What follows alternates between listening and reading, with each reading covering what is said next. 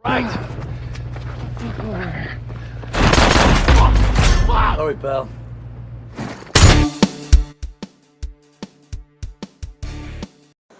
Halo para Rabahanus, bagaimana kabar kalian semua? Kembali di Red In Film. Pada kali ini saya akan merangkum sebuah film yang penuh adrenalin kan.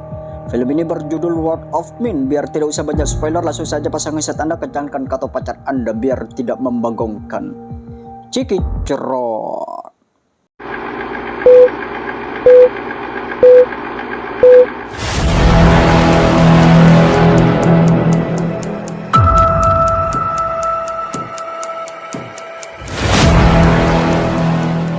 Dude, it's typical. What's our time?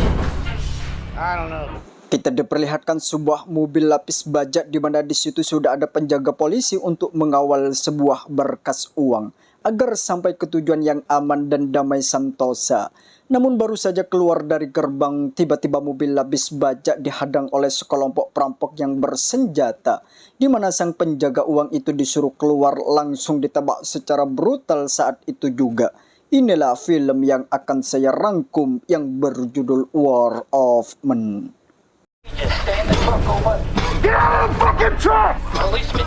Beberapa hari setelah kejadian perampokan itu, kita akan diperlihatkan sebuah perusahaan yang bernama Vertical.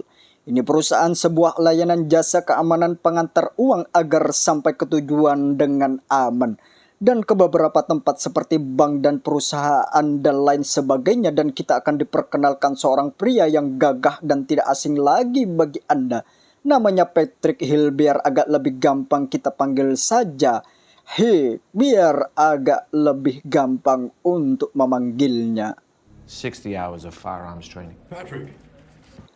Perusahaan Vertical pun merekrut karyawan baru yaitu Hick karena kedua karyawannya sudah meninggal karena terjadi insiden perampokan tadi. Dan inilah Bullet, petugas perusahaan untuk menjadi pembimbing Hick, di mana dia mengatakan harus mengikuti beberapa seleksi, mulai dari interview sampai training hingga keahlian yaitu kevulgaran menembak dan menyetir mobil. Dan Hick harus mendapatkan nilai skor 70 untuk diterima, dan itu semua masing-masing tes agar diterima menjadi karyawan. Pressure. Should we get started? Dimulai tes kebugaran tubuh sampai menembak lalu menyetir, namun Hick nampak seperti biasa agar tidak kelihatan siapa jati dirinya hingga dia mendapatkan skor tepat 70 sesuai standar kelulusannya. 70%. Just slipped in. Any Awal masuk bekerja, Hick ditugaskan duduk di depan bersama seorang petugas yang bernama Dave. Ini bebenguknya. Dave ini sikapnya cukup sok jagoan dan meminta tetap duduk di samping karena jika terjadi sesuatu yang tidak diinginkan, dia akan menjadi orang yang pertama dan menjadi orang senior berpengalaman. Right down Come there. on, Dave. It's his first day. What? He needs to hear this. Di hari awal dia bekerja cukup sangat baik karena tidak ada rintangan sedikit pun. Pop-tarts are not really my poison bullet. Has the world come to? A direct line. Setelah Hick melakukan tugasnya dan ingin bergegas untuk pulang, Hick melihat sebuah kartu ID card para petugas yang dimana pandangannya seperti menyimpan sebuah amarah dan balas dendam. Sehingga bisa disimpulkan bahwa Hick memiliki satu tujuan dan maksud tertentu untuk masuk ke perusahaan Vertical. Beberapa hari Hick bekerja, Hick ditugaskan mengantar uang ke sebuah dermaga kepada klien. Namun tak lama hati pun berbunyi bahwasanya Bullet sedang disandera ataupun dirampok dan meminta mobil lapis baja untuk dibawa ke suatu tempat yang akan ditukar dengan nyawa si Bullet.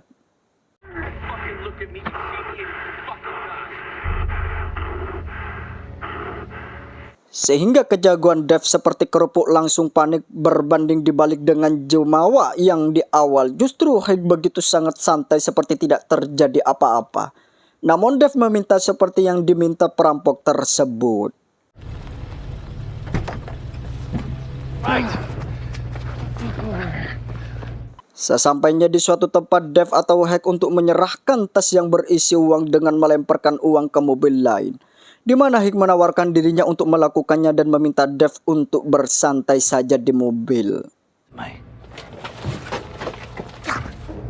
Dan saat Hick melemparkan uang ke arah mobil tersebut, Hick dengan sengaja melemparkan tas di luar mobil sehingga salah satu perampok keluar dari mobil dan Hick pun menembakkan yang amat sangat mengejutkan. yaitu keahliannya menembak. Kelihatan sangat keren dan sangat santai melakukan penembakan yang sangat akurat sehingga ada suatu roh yang bisa dikatakan dari sebuah film ini, dan ketika ketua perampok kabur Hick mengejarnya sampai ke sebuah lorong-lorong sampai tertangkap, dan kemudian Hick pun bertanya siapa dalang dibalik perampok beberapa waktu lalu, namun nampak dia tidak mengetahui apa-apa, cuman hanya ingin membutuhkan uang saja. Sehingga pada saat Hick masuk dipanggil oleh atasannya untuk ditanyakan mengenai kronologi kemarin, dan di situ juga ada agen FBI. Apakah dia juga melihat pelaku yang sama atas insiden kejadian yang lalu? Sehingga agen FBI ini menunjukkan sebuah rekaman beberapa waktu yang lalu, alias kejadian yang kita lihat dari awal, yang faktanya ada 3 korban yang meninggal, yakni 1 warga sipil yang meninggal dan lain sebagainya, dan kita simpulkan bahwa warga sipil tersebut ada hubungannya dengan Hick, kemungkinan besar ada hubungannya sehingga Hick mau bergabung dengan Vertical. You alright to keep watching? Sehingga agen FBI itu menelpon atasannya atas kecurigaan terhadap Hick karena dia adalah orang yang dicari selama 25 tahun, sehingga membuat kita semakin penasaran tentang siapa sebenarnya Hick ini. I think we know what he was doing there, boss. What'd you want us to do? Not a fucking thing. Let the painter paint. 3 bulan kemudian kita akan diperlihatkan Hick ditugaskan bersama Bullet, di mana mereka lagi-lagi dihadang oleh perampok sehingga mereka mempilok kaca mobil depan mereka dan meminta semua uang yang dibawa untuk diserahkan, dan kita lagi-lagi akan diperlihatkan yang buat kita terkejut ketika perampok amat sangat ketakutan ketika melihat bahwa salah satu polisi itu adalah si Hick, sehingga mereka pergi begitu saja tanpa melakukan perampokan.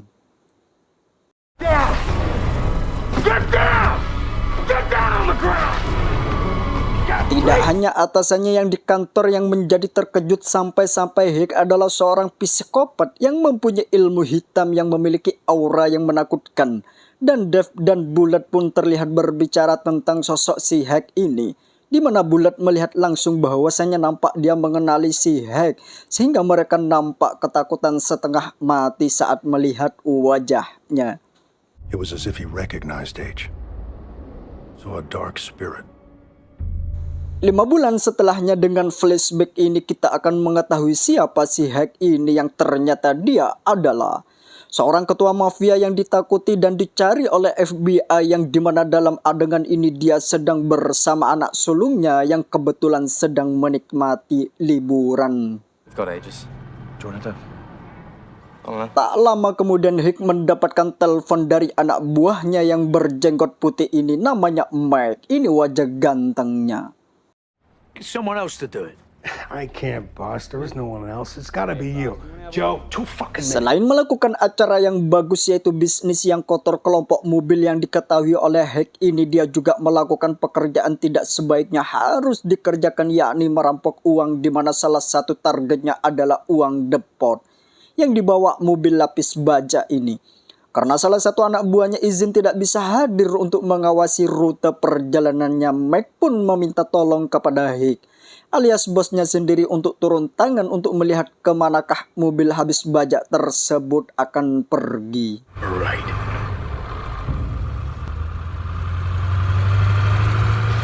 Sesudah sampai di lokasi kita akan diperlihatkan terjadinya sebuah kronologi sebenarnya, di mana kita diperlihatkan perampok lain atau perampok yang lebih terdahulu melakukan perampokan ke mobil lapis baja tersebut.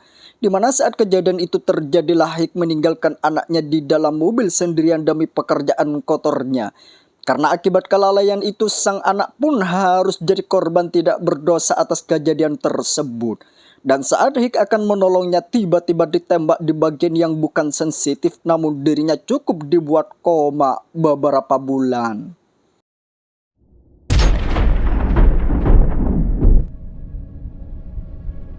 Setelah Hick sudah pulih, dia menemui temannya yang bekerja di sebuah kantor FBI dan dia memberikan nama-nama pelaku kejahatan yang memiliki potensi besar atas perampokan tersebut.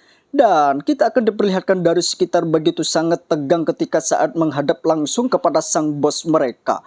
Sangat menyadari betul kalau Hicks sangat marah besar, yaitu buta mata dan gelap hati karena anak yang dia sayangi sudah meninggal dunia akibat kelalaian anak buahnya semua. Aduh. I need a face. Namun sebagian aktor yang sangat hebat, dia tidak akan melampiaskan nafsunya atau stylenya untuk menyelesaikan masalahnya karena yang diinginkan Hicks nama-nama dan beberapa dari orang yang telah menewaskan anaknya. Dengan cepat Mick mencari salah satu persatu orang yang ada di dalam daftar nama tersebut sehingga didapatlah sebuah nama, yakni Gacy bersaudara. Setelah menyebut nama tersebut, Hicks pun melepaskannya dan memberikan setumpuk uang. Tidak usah buang-buang waktu, anak buahnya Hicks langsung bergegas ke rumahnya Gacy bersaudara yang mana mereka ternyata hanya menjalankan bisnis film pengenceritan yang masih di bawah umur yang tidak ada hubungannya dengan aksi perampokan yang terjadi beberapa waktu yang lalu. Namun yang terjadi sebenarnya ini merupakan sangat-sangat mengejutkan. I'd say 2.5. Ya, walaupun mereka tidak jelas, namun Hicks tetap membunuh satu persatu dari kelompok geng bersaudara tersebut karena ini merupakan bentuk tidak kesukaan beliau kepada bisnis kotor tersebut. Dan kemudian Hicks menyuruh anak buahnya untuk memberikan uang kepada gadis-gadis yang dijual tersebut dan membiarkan mereka pergi dengan membawa uangnya. Give the girls the cash. Let them go. Sebagian anak buahnya Hicks takut, namun mereka merasa segan kepada hal itu. Justru membuat Mick khawatir karena sebagian teman terdekatnya Mick tidak ingin berurusan dengan pihak berwajib jika Hicks bermasalah dengan aksi pemburuannya ini. It's gotta be an inside job. You're right, Mike. Dengan akses yang dikenalinya, Hicks mencari pelaku yakni melamar menjadi pengaman Deportico dan dimulai pencarian tanpa bantuan siapapun termasuk anak buahnya. Just do it. And you reference some orange. Selanjutnya dengan kembali flashback ketika awal di mana kejadian ini bermula, di mana di tempat situ ada tentara bayaran 5 tidak melakukan aksi, mereka pun sangat membutuhkan uang untuk menutupi asap dapurnya. Dan film ini bisa Anda tebak mereka masih ada pelaku yang membunuh anak dari Hicks, yakni pria yang masih memiliki bekas luka di sebelah matanya. Namanya Jan, ini babenguknya, di mana tentara pengangguran tersebut jala yang paling muda dan paling agresif di antara yang lainnya. They owe us. Dengan skill yang dimiliki bersama teman-temannya, mereka merampok sebuah rumah untuk beberapa dikit dolar. Setelah beberapa dibagi 6 tentu tidak cukup untuk menutupi asap dapurnya.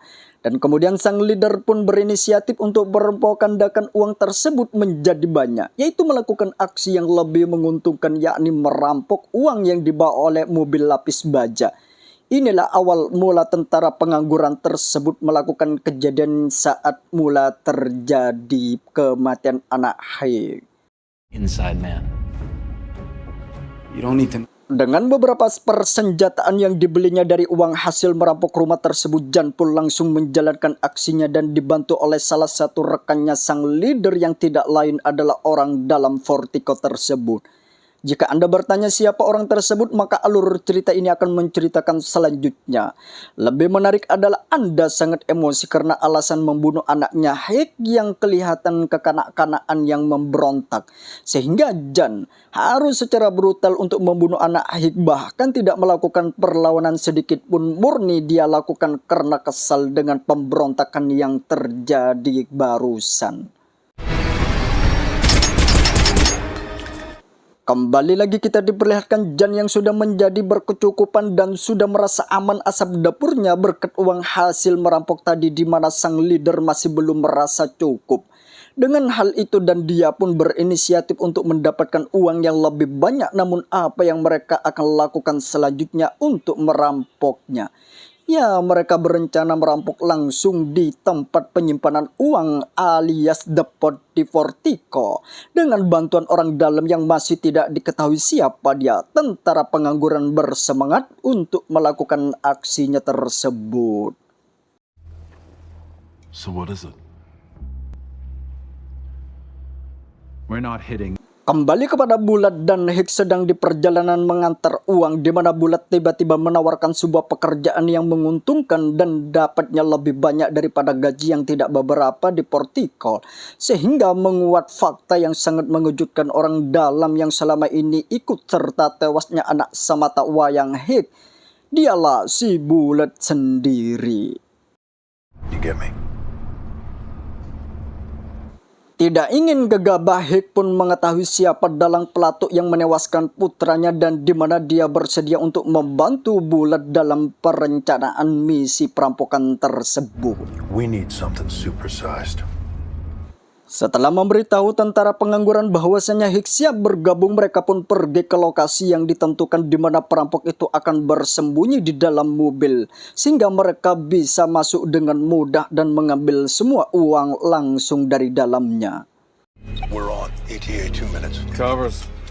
Sesampainya di Portico, para tentara pengangguran pun langsung melakukan aksinya di mana Hicks ditugaskan untuk menjadi sandera dan diikat sebagai jaminan mereka bisa keluar dari sana.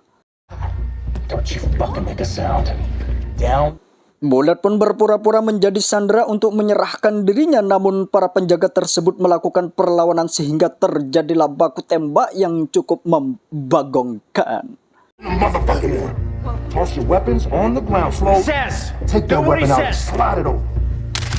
Saat beberapa orang sedang memasukkan uang ke dalam mobil, disitulah kesempatan Hicks melumpuhkan salah satu perampok sehingga tidak ada bekas luka di wajahnya di situ. Hicks sadar bahwa orang itu bukan pelakunya, namun tiba-tiba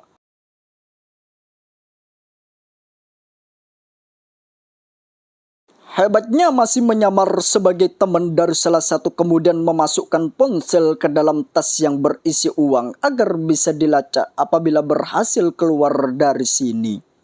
Watching, they're on the way. They're on the way. Son goes down the hallway. I'm gonna fucking. Menyisakan Jan dengan sang leader membantu mereka berdua dengan membunuh semua rekan-rekannya penjaga sesamanya, di mana sedang menembak yang tersisa. Bulat pun memberondong dengan senjata WMP yang dimilikinya.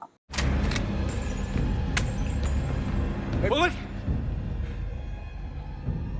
Dengan planning yang matang sesuai perencanaan sang leader, mereka bertiga pun berhasil kabur dari Portico dan sampai di sebuah tempat yang sangat aman di mana kita diperlihatkan sang leader mengalami akibat karena kena tembakan sehingga pendarahan, sehingga leader pun memiliki firasat buruk terhadap si Jan karena si Jan akan meninggalkannya.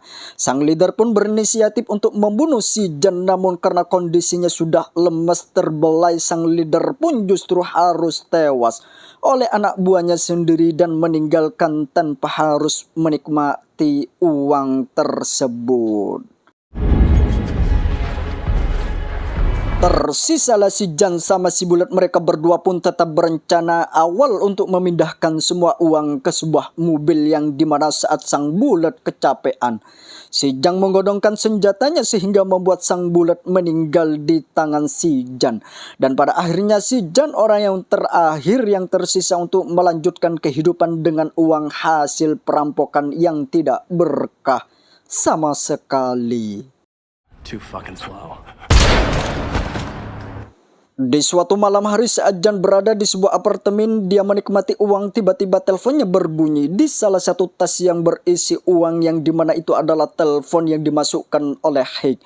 Dan si Jan akan sangat-sangat terkejut ketika Hicks sudah berada di sana dalam keadaan masih duduk santai di atas sofa. Kenapa dia masih hidup?